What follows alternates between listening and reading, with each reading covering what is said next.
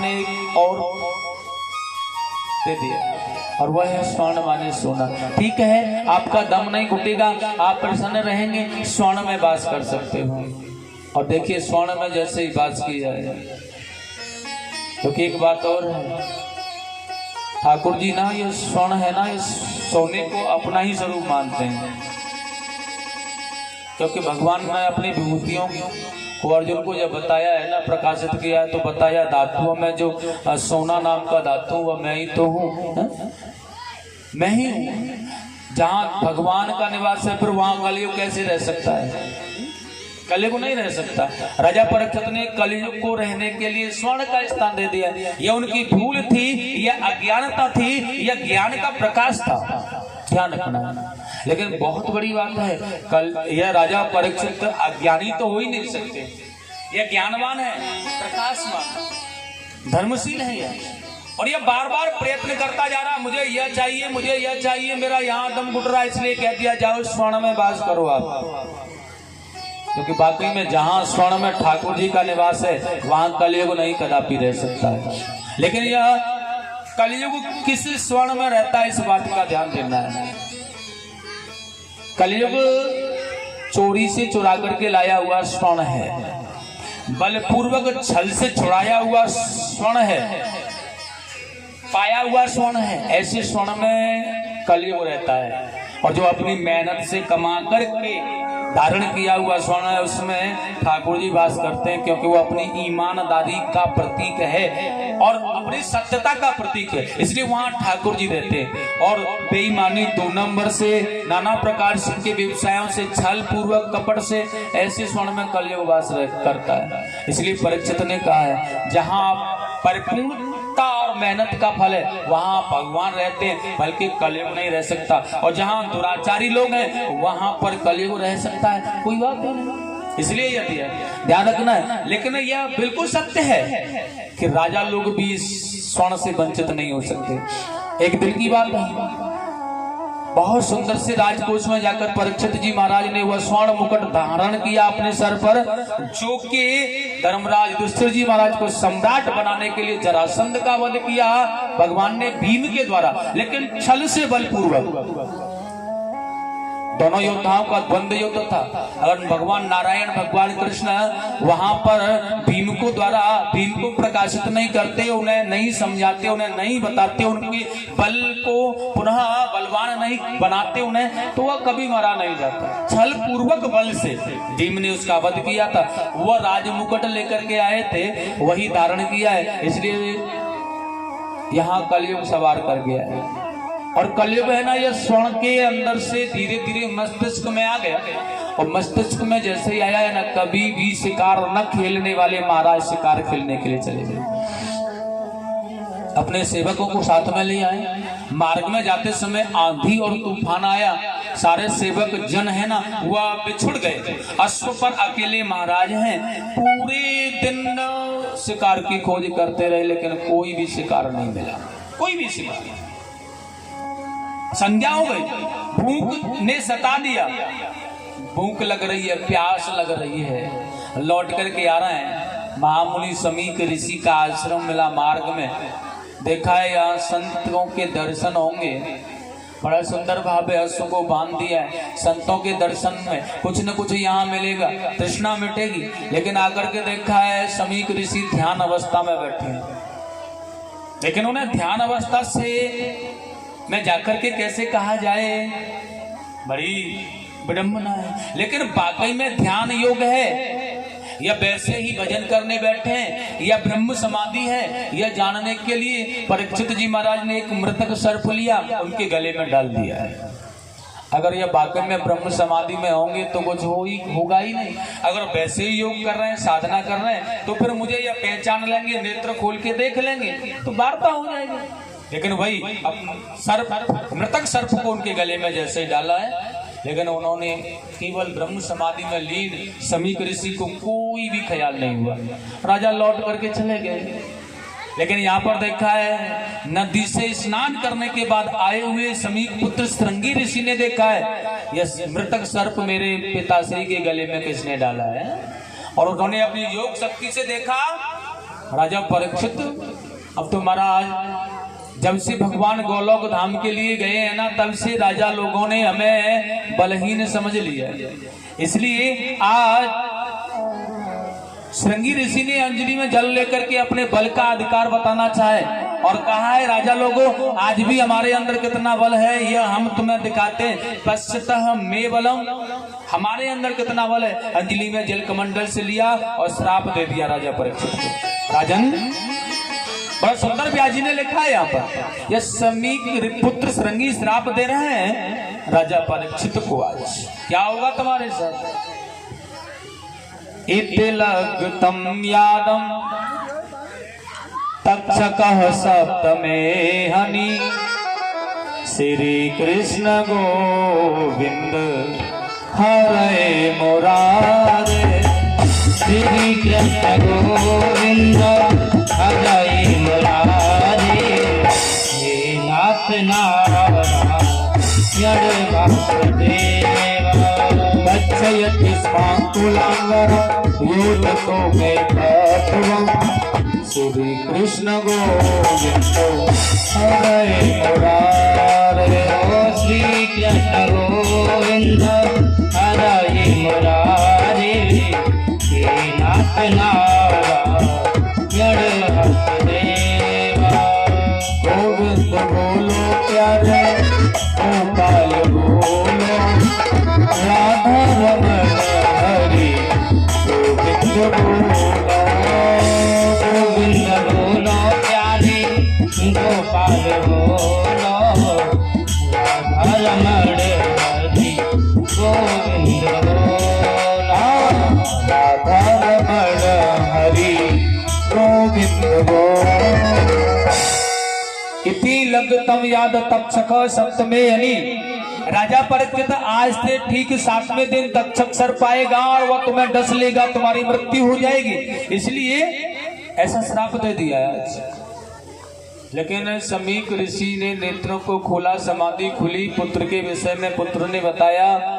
राजा परीक्षित को श्राप लगा है, बड़ा दुख हुआ है इन्हें, और दुख इस बात का है क्योंकि परीक्षित के जैसा राजा होना बड़ा संभव है, संभव नहीं है, क्योंकि उन ऐसे राजाओं की क्रियाकलापों से तो हम जंगल में निर्भय रहते हैं।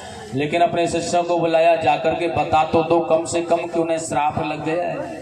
शिष्यों ने जाकर के राजा परीक्षित से कहा, महाराज आपको श्राप लगा हुआ है, 7वें दिन तक्षक सर पाएगा, वो डस लेगा, तुम्हारी मृत्यु हो जाएगी। मृत्यु को मुक्ति में बदलने का कोई भी साधन ढूंढो, तुम्हारी इच्छा। राजा परीक्षित को बड़ा अच्छा सा लगा है, संत का अपराध किया था ना, तो यह तो दंड कम मिला है मुझे।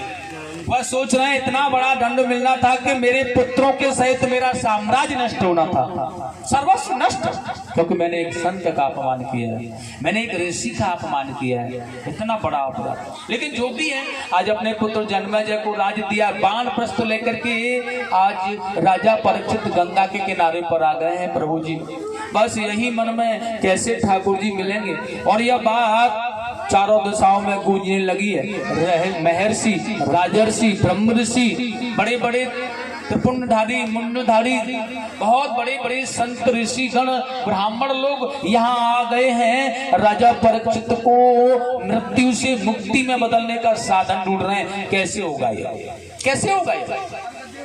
लेकिन बार बार सभी लोग कह तो देते मुक्ति तो मिल जाएगी, लेकिन 41 दिन, 31 दिन, 21 दिन, 11 दिन, लेकिन अंतिम शब्द है कि 9 दिन, इससे पहले नहीं।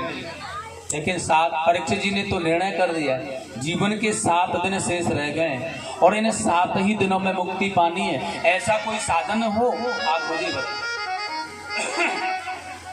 एक बात का ध्यान रखना है, ये परीक्षित को 7 ही दिन का श्राप क्यों लगा है? और ध्यान रखना, ये परीक्षित है कौन? मैंने आपको कल बताया था शायद थोड़ा सा। परीक्षित माने है संसार में आया हुआ जीव। यह जीव है ना, यह जीव ही परीक्षित है जो दुनिया में परमात्मा ने भेजा है। इस संसार में परमात्मा ने जिसे भेजा है वह जीव ही संसार का परीक्षित है। हर जीव परीक्षित है। और ध्यान रखना है, यह तक्षक सर्प क्या है? यह तक्षक सर्प है परमात्मा का भेजा हुआ जीव के साथ में काल। जिस दिन से यह गर्भ में आता है ना, जन्म लेता है, उसी दिन से यह काल रूपी चक्र है ना, यह तक्षक सर्प इसके पीछे लगा है। कोई पता नहीं है कौन सा पल होगा, कौन सी घड़ी होगी, यह डस लेगा और दुनिया से प्रस्थान करा देगा, कोई पता नहीं। यही काल रूपी तक्षक सर्प हमारा पीछा किए हुए है। और ध्यान रखना है, यह 7 ही दिन का श्राप इसलिए मिला है क्योंकि दुनिया में जाने के लिए परीक्षित के पास में 7 ही दिन है, क्योंकि 7 दिन के अलावा 8वां दिन है ही नहीं। इसलिए आगाह किया जा रहा है कि 7 दिन जीवन के शेष रह गए और वह 7वां दिन कौन सा होगा कोई पता नहीं है। चलने की तैयारी हो जाएगी, यह तक्षक सर्प आएगा, डस लेगा, वर्ष कितने भी लग जाए, लेकिन मरना 7 ही दिनों में पड़ेगा, 8वां दिन होगा ही नहीं। इसलिए अब वह 7वां दिन कौन सा वाला है हमारा, यह हमें ज्ञात नहीं है। इसलिए आज से, अभी से तुरंत लग जाना है, क्योंकि पता नहीं कौन सा 7वां दिन होगा, कब होगा, कैसे होगा। ठाकुर जी को पाना है तो अभी से लगना पड़ेगा, तब जाकर के क्रिया मिलेगी, तब जाकर परमात्मा मिलेंगे, भगवान मिलेंगे। इसलिए ध्यान रखना है। परीक्षित को वह श्राप लगा है, 7 दिन में मुक्ति का साधन किसी के पास नहीं है। लेकिन इसी सभा के मध्य में आज ऐसा लगा है, सुखदेव भगवान समाधि में तपस्या कर रहे थे कि भगवान ने उन्हें आकर झकझोर दिया है, मेरा भक्त परेशान है सुखदेव, जाकर के मार्गदर्शन करो उसका। और देखिए त्रिकालदर्शी बहुत सुंदर अवधूत वेश धारण किए, 4 अंगुल की कोपिन धारण किए हुए, बहुत सुंदर से सजल नेत्र हैं, मस्तक पर बड़ा तेज है, चौड़ी छाती, घुंघराले बाल हैं, बड़ा सुंदर भाव है, अधरों पर हल्की सी मुस्कान है। उस सभा में तेज पुंज प्रकाश से प्रकाशित करते हुए यह पधार चुके हैं। और जैसे यह पधारे, सभी ने खड़े होकर के इनका सम्मान किया है, बहुत अभिवादन किया है सभी ने खड़े होकर के इनका। और यह राजा परीक्षित के पास में जाकर के रुके हैं और राजा परीक्षित ने जान लिया है मेरा उद्धार करने के लिए ही यह आए हैं। यह मन में आ गया, बैठ गया है मन में, इसलिए परम गुरु कह करके अनुवादन किया और अपने से ऊंचे स्थान पर बिठाल करके उन्हें उनके चरणों को धो करके चरणामृत लिया, पान किया है, अपने अंतःकरण को पवित्र किया है। बहुत सुंदर भाव में स्तुति करने लगे, उनकी वंदना की है सबसे पहले बड़े प्रेम के साथ। आइएगा आप लोग बड़े प्यार से वंदन करेंगे सुखदेव भगवान का। यह सुखदेव जी मामुनि है जो राजा परीक्षित का कल्याण करने आए। एक बार प्यार से बोलेंगे सुखदेव भगवान की। अद्भुत रूप है और इनके पास में कुछ नहीं, ये हरि स्मरण कराएंगे राजा परीक्षित को 7 दिन में। हरि की कथा सुनाने वाले, हमको ज्ञान बताने वाले, तुमको लाखों प्रणाम, तुमको लाखों प्रणाम, तुमको लाखों प्रणाम, तुमको लाखों प्रणाम। हरि की कथा सुनाने वाले, सुनाने वाले, हमको ज्ञान दिलाने वाले, हमको ज्ञान दिलाने वाले, तुमको लाखों प्रणाम, तुमको लाखों प्रणाम, तुमको लाखों प्रणाम, तुमको लाखों प्रणाम।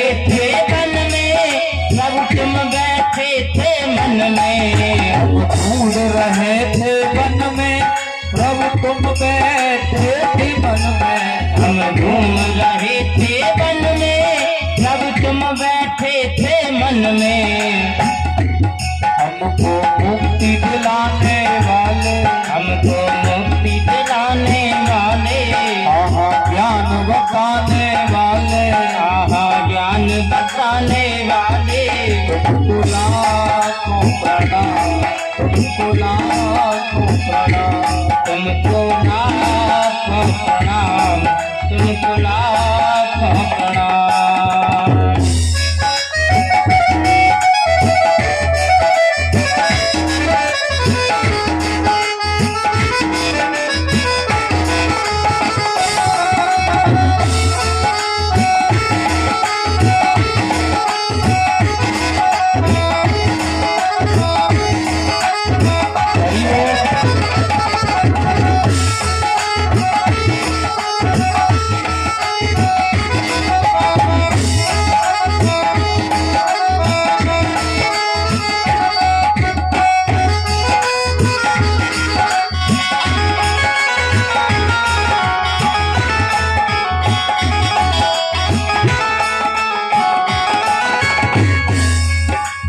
लेकर विष का प्याला जा रहे प्रियम के गाला।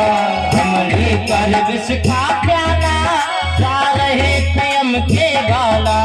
हम लेकर विष का प्याला जा रहे प्रियम के गाला। हम लेकर विष का प्याला जा रहे प्रियम के गाला।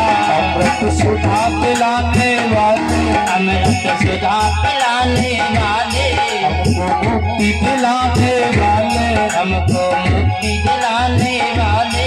तुमको लाखों प्रणाम, तुमको लाखों प्रणाम, तुमको लाखों प्रणाम, तुमको लाखों प्रणाम, तुमको लाखों प्रणाम, तुमको लाखों प्रणाम।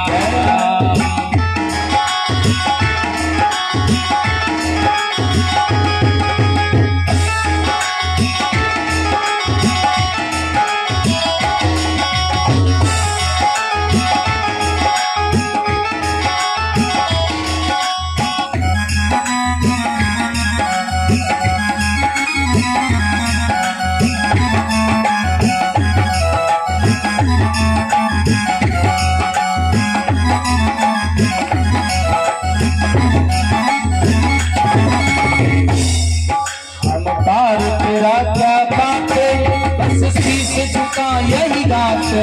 हम पार तेरा क्या पाते बस शीश झुका यही गाते।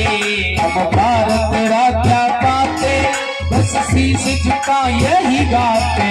हम पार तेरा क्या पाते बस शीश झुका यही गाते। बंधन सभी छुड़ाने वाले, बंधन सभी छुड़ाने वाले, अमृत सुधा पिलाने वाले, अमृत सुधा पिलाने वाले। तुमको लाखों प्रणाम, तुमको लाखों प्रणाम, तुमको लाखों प्रणाम। हर की कथा सुनाने वाले, हर की कथा सुनाने वाले, ज्ञान बताने वाले, हमको ज्ञान बताने वाले, सुधा पिलाने वाले, सुधा पिलाने वाले। तुमको लाखों प्रणाम, तुमको लाखों प्रणाम, तुमको लाखों प्रणाम, तुमको लाखों प्रणाम, तुमको लाखों प्रणाम, तुमको लाखों प्रणाम, तुमको लाखों प्रणाम, तुमको लाखों प्रणाम। तुमको लाखों प्रणाम, तुमको लाखों प्रणाम।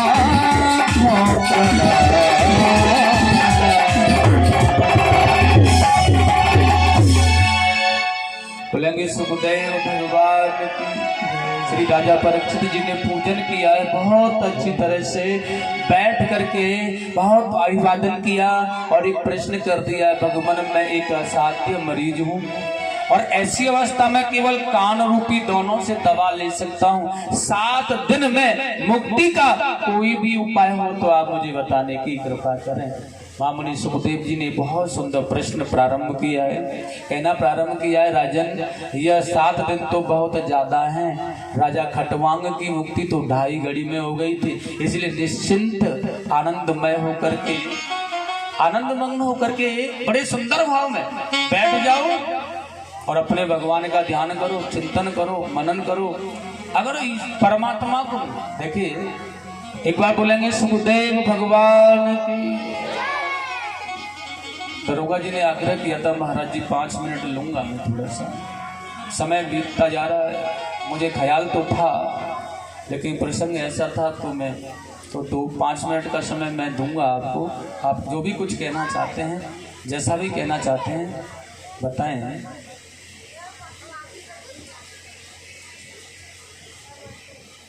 बोलो सौदेव भगवान की, बोलो बांके बिहारी लाल की। व्यासी और यहाँ उपस्थित सभी बहन भाई और मेरे बड़े छोटे सभी को मेरा उनके चरणों में कोटि कोटि वंदन अभिनंदन। इस पवित्र कथा में मुझे कुछ कहने का समय मिला है। मैं व्यासी का बहुत बड़ा आभारी हूँ और यहाँ जो सुनने के लिए बैठे हैं उनका भी मैं आभारी हूँ। आप लोग यहाँ बैठ गए हैं तो आपका ये समय, जो समय भगवान के नाम में लगता है या जो धन भगवान के नाम में खर्च होता है वही सार्थक है, बाद बाकी सब बेकार है। ना हम बसाम वैकुंठे योगी नाम हृदय न वही मद भक्ता यत्र गायंती तत्र तिष्ठामि नारद। भगवान स्वयं कहते हैं, मैं नहीं कहता, और मेरे में हिम्मत ही क्या है। जो वो मुझसे कहलवा देता वो मैं कह देता हूँ। भगवान कहते हैं कि हे नारद, मैं कभी कभी वैकुंठ में भी नहीं रहता और मैं जो लाखों साल तपस्या करते हैं उन योगियों का हृदय का भी उल्लंघन कर जाता हूँ, उनको भी मैं दर्शन नहीं देता।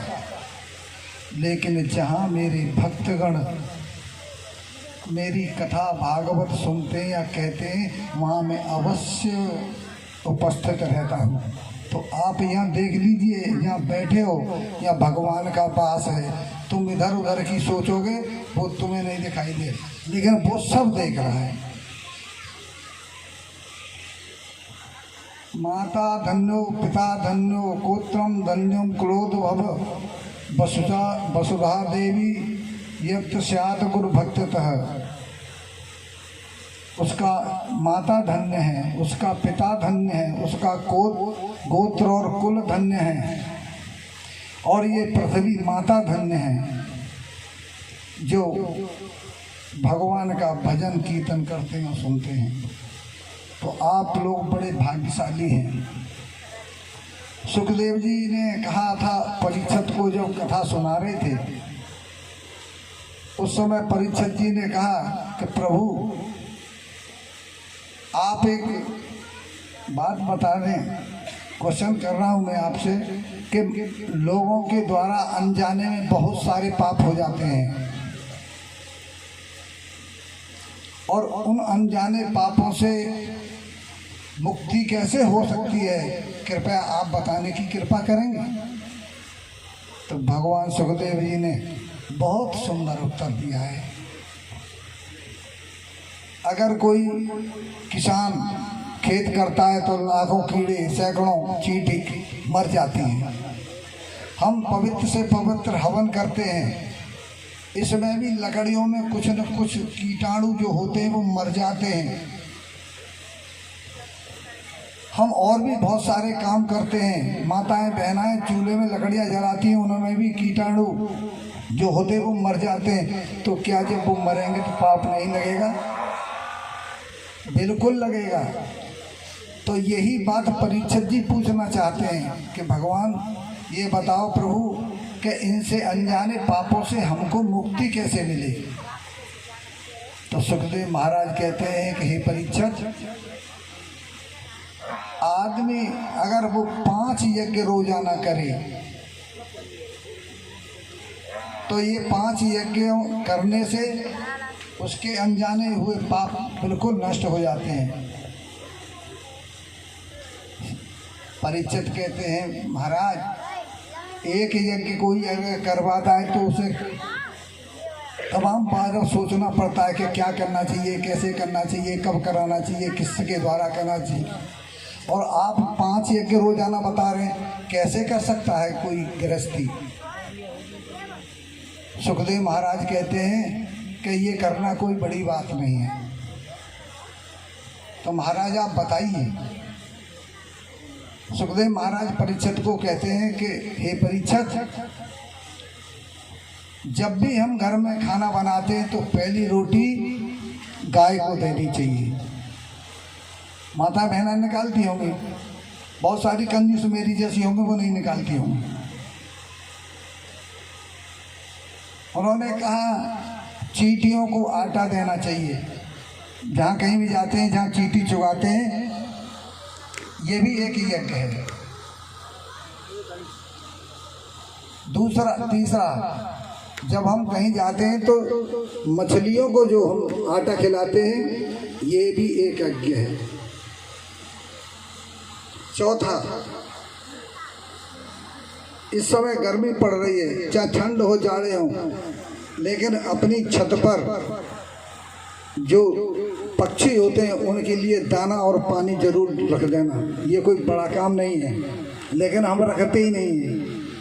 खुद को तो सुबह शाम टाइम से खाना चाहिए, लेकिन आप गृहस्थ में, गृहस्थ आश्रम सबसे बड़ा है, इसलिए ऊपर छत पे पानी और दाना पड़ा होना चाहिए ताकि वो पक्षी चुगें। और 5वां, आपने देखा होगा कि जब कभी भंडारा या कोई दावत होती है तो हलवाई जब आता है तो वो पहले एक छोटी सी पूड़ी निकालेगा, सेकेगा और उसे कहाँ रख देगा, जहाँ भट्टी होती है आग पे। हम लोगों को भी जब भी हम खाना बनाएं थोड़ा सा तोड़ के, थोड़ा सा मिठाई रख करके, बिजली गई रे, पल्ली लाइन आ रही है। स्टूडियो में कहा करेंगे।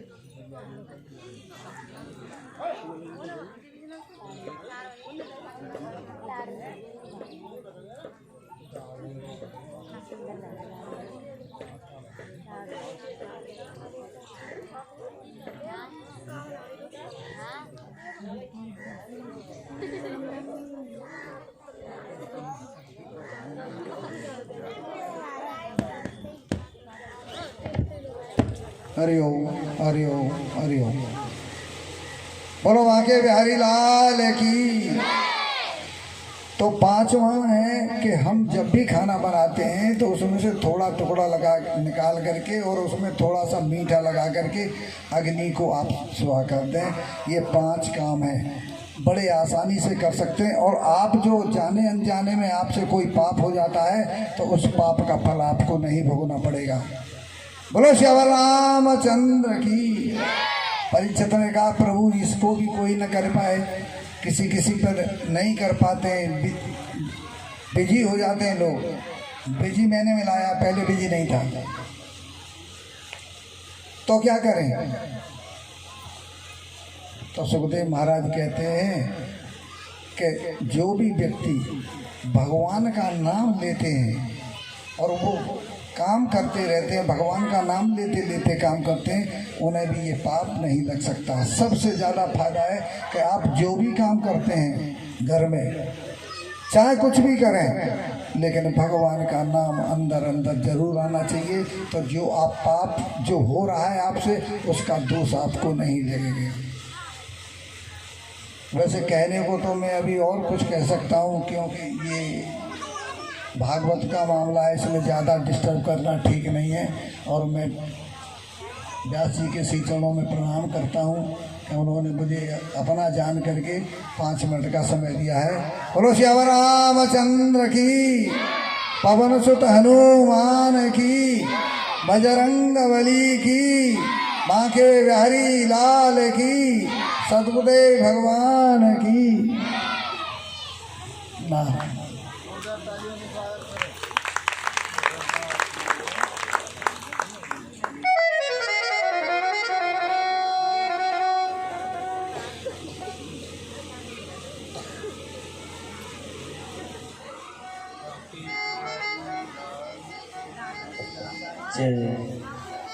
अद्भुत क्या करना चाहिए? तुलसीदास जी कह रहे हैं उसके विषय में क्या करना चाहिए। कर से कर्म करो वेदनाना। तो समय नहीं है, अभी इन्होंने बताया था कि जब समय नहीं है हमारे पास तो क्या करना। प्रभु जी वैसे तो भगवान ने 365 दिन दिए हैं, लेकिन भक्त कितना जिद कर रहा है, मेरे पास तुम्हारे लिए समय नहीं है भजन करने के लिए, मैं तुम्हें समय नहीं दे सकता भजन करने के लिए, उसके बाद अगर कुछ हो जाए तो बताओ।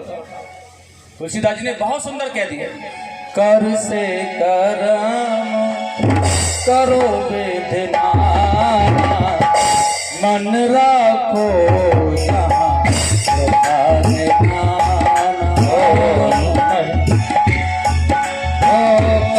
से कर्म करो वेदनाना, कर से कर्म करो वेदनाना, मन राखो कृपा निधाना, मन राखो कृपा निधाना।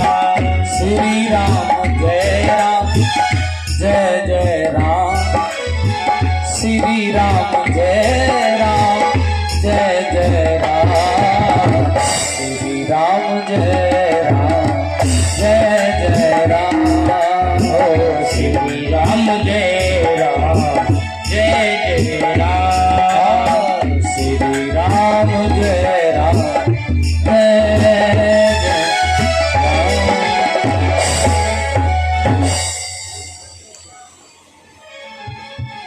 एक बार बोलेंगे प्यार से, राधे राधे। मैया हाथ उठा के बोला करो जोर से, राधे राधे। पहले ये कुछ दान दाता हैं, इनके विषय में बता दूं आपको। ये 100 रुपये महावीर सिंह कारस वाले भगवान की कथा में सहयोग दे रहे हैं, और 2100 रुपये दिनेश शर्मा जी प्रधान जी, और बहुत बहुत धन्यवाद। थोड़ा ताली बजा दिया करो दानदाताओं की, क्योंकि देने वाला बड़ा होता है, कोई बात नहीं। और 2100 रुपये सोनू VDC चौधरी साहब, इनके लिए भी ताली बजाएं। कोई भी दान दाता छोटा या बड़ा भगवान के लिए ताली, यह भक्त होता है, क्योंकि बिना दया के बिना भाव के दान। बलि राजा से पूछा, बलि ने पूछा भगवान से, सर्वस्व तुमने मेरा ले लिया, अब यह तीसरा पग कहाँ पर रखूं प्रभु जी। उसने कहा भगवान यह बताओ दान बड़ा है या दान दाता। ठाकुर जी ने कहा दान दाता बड़ा है, जिसके अंदर वह क्षमता है, वह सुशीलता है, वह शांति, वह भावना है, क्योंकि अपने कर कमलों की कमाई में से भगवान के समर्पण वह करना चाहता है, इसलिए दान दाता बड़ा है। बहुत बहुत धन्यवाद, बड़ा बड़ा आभार। भगवान की सद्बुद्धि आपको मिले, अति आनंदमय जीवन आपका बना रहे, ऐसी भावना है। तो बड़ा सुंदर प्रसंग है हमारा परीक्षित जी। देखिए एक बात मैं कहना चाह रहा था, बीच में थोड़ा मुझे जयकारा है ना, वह वाणी को पवित्र करने के लिए होता है, मुंह खोल करके बोलना चाहिए, आंखें बंद करके मन से ही नहीं, धीरे से नहीं, जोर से बोलना चाहिए। क्योंकि जयकारा बोलने के समय, क्योंकि कलयुग केवल नाम आधारा, और सुमिर सुमिर नर उतरे। कलयुग में एक ही तो है, श्री हरि कीर्तन, और मैं वही कराने का प्रयास करता हूँ आपसे। कलयुग में पाप बहुत बढ़ रहे हैं, पापों को नष्ट करने के लिए केवल एक ही सारा है, हरि स्मरण, जो आपको होना चाहिए। इसलिए बोलता हूँ जयकारा लगाओ, हरि कीर्तन करो। आप जितना ज्यादा जयकारा मुख से बोलेंगे, जितना बार ठाकुर जी का जयकारा बोलेंगे, उतने ही पाप अंदर से निकलेंगे, बाहर जाएंगे। और देखिएगा, छोटा मुंह खोल करके बोलेंगे तो छोटा वाला पाप ही निकल पाएगा, और बड़ा मुंह खोलोगे तो बड़ा पाप निकल कर बाहर जाएगा। और यहाँ पाप बाहर निकल गया, अगर वायद में किसी भी परिस्थिति में अगर अंदर से बाहर निकल गया तो जयकारा बोलने के बाद कथा प्रारंभ हो जाती है, आपका मुंह बंद हो जाता है, फिर हरि चर्चा, और फिर भगवान की हरि चर्चा में वो इस तरह खो जाएगा कि वह जहां से आया है ना वो स्थान भूल जाएगा, भटकता रहेगा, ये वाला था या ये वाला था या ये वाला था या वो वाला था, किसके पास जाऊं। उसके बाद में तो आरती हो जाती है, भीड़ होती है, गुंजायमान शंख ध्वनि होती है, नाना प्रकार से वह बेचारा भूल जाता है, फिर सदा सदा के लिए पाप मोचन हो जाता है, उसके पास वह पाप जाता ही नहीं, इसलिए जयकारा बोलना। तो बड़े प्यार से बड़े आनंद के साथ में बोलेंगे, बांके बिहारी लाल की, आनंद कंद भगवान की जय जय श्री। परीक्षित जी महाराज गंगा के किनारे बैठे हुए सतगुरुदेव भगवान सुखदेव जी के द्वारा ज्ञान ले रहे हैं। देखिए, अभी जीवन में किसी भी बात को उतार लेना बहुत ज्यादा होता है। अब यहाँ सुखदेव जी महाराज ने सब केवल 7 दिनों में ऐसा कह दिया कि 7 दिन तो बहुत ज्यादा है। राजा खटवांग की मुक्ति तो 2.5 घड़ी में हो गई थी। राजा परीक्षित, चिंता क्यों कर रहे हो, चिंता को निकाल दो बाहर। उससे पहले क्या देखिएगा, सुखदेव स्वामी ने जो कह दिया, सुखदेव जी के पिता व्यास जी भी यहीं थे, नहीं कह पाए। उनके पिता पाराशर भी यहीं थे, नहीं कह पाए। उनके पिता श्री शक्ति भी यहीं थे, नहीं कह पाए। उनके पिता वशिष्ठ भी यहीं थे, नहीं कह पाए। जो सुखदेव जी ने कर दिया वो कोई और नहीं कर पाए, जो सुखदेव जी ने कह दिया वो कोई और नहीं कह पाए। क्योंकि मामूनी सुखदेव जी को जो भागवत जी का अध्ययन कराया वह किसी और ने नहीं, उनके ही स्वयं पिता श्री वेदव्यास जी महाराज ने कराया। लेकिन कारण था, जितना सुखदेव जी ने श्रीमद् भागवत जी को जीवन में उतार लिया, उतना वेदव्यास जी भी नहीं उतार पाए, उतना वशिष्ठ जी ने नहीं उतारा, उतना पाराशर ऋषि नहीं उतार पाए, इतना कि सुखदेव जी ने अपने जीवन में उसे ग्रहण कर लिया, तन्मयता दे दी, उतार लिया अपने जीवन में, उतना कोई नहीं उतार पाया। इसलिए कह दिया हो जाएगा। इसलिए इसे केवल कथा सुनने की वस्तु नहीं है, इसे जीवन में उतारना चाहिए, जीवन में ढालना चाहिए। या जीवन में ढालना ही कथा है। जो हृदय को पुरोहित कर दे, हृदय को आनंद मग्न कर दे, वह कथा है। जो हमारे अंदर बदलाव दे, हमें बदलने का प्रयास करे, वह कथा है। हमारे विषयों से परित्याग करा दे, वह कथा है। और ऐसा तभी हो सकता है जब एकाग्रता में बैठकर भगवान की कथा को पवित्र मन से एकाग्रता के साथ सुनते रहेंगे, तो अवश्य है कि जीवन बदलेगा। अवश्य ही हमारे जीवन में ऐसा कुछ आएगा जिससे हम बदलेंगे, और हम बदलेंगे तो परिवार बदलेगा, परिवार बदलेगा तो पड़ोसी बदलेगा, गांव बदलेगा, पड़ोसी गांव बदलेगा, उसके बाद दुनिया बदल जाएगी, सारा संसार बदल जाएगा। लेकिन हमें बदलना होगा, यह कथा के माध्यम से हमें ऐसा। और सज्जनों, वही बात परीक्षित जी महाराज से कह दिया, राजन वैसे तो अनेक प्रकार की कल्पनाएं, अनेक प्रकार के भगवानों के द्वारा जीव पाता है, अलग अलग प्रकार की कामनाएं और अलग अलग प्रकार के भगवान। जैसे राजा परीक्षित किसी को संतान की प्राप्ति करनी होती है तो प्रजापति की आराधना करता है, वो सौंदर्य के लिए गंधर्व की आराधना करनी होती है, विद्या के लिए भगवान शंकर की पूजा करनी होती है, और सुख शांति के लिए माता उमा की पूजा करनी होती है, लक्ष्मी की प्राप्ति के लिए माता दुर्गा की पूजा करनी होती है, इंद्रिय सुख के लिए इंद्र की पूजा करनी होती है, कीर्ति या प्रभाव चाहने वालों को अग्निदेव की पूजा करनी होती है, आयु चाहने वालों को अश्वनी कुमार की पूजा करनी होती है, और सुंदर वर वाली कन्याओं को पराम्बा देवी की पूजा करनी होती है। अगर मन में कामना नहीं हो, कामना रहित जीव हो, तो कुछ भगवान की पूजा करनी है। बड़ा सुंदर बताया है आज सुखदेव स्वामी ने, राजा परीक्षित, अकामम सर्व कामो वा मोक्ष काम उदारति तीव्रेण भक्ति योगिन यजेतम पुरुषम परम। मन में कामना नहीं हो, वासनाएं नहीं हो, पवित्र हो, कुछ लेन देन की बात ही नहीं हो, कुछ लेना देना नहीं हो, समझौता कुछ भी नहीं हो, केवल निस्वार्थ, केवल भक्ति करनी है, केवल भजन ही करना है, केवल। तो कहां पर लगना चाहिए मन? बड़ा सुंदर, अकामम सर्व काम होगा।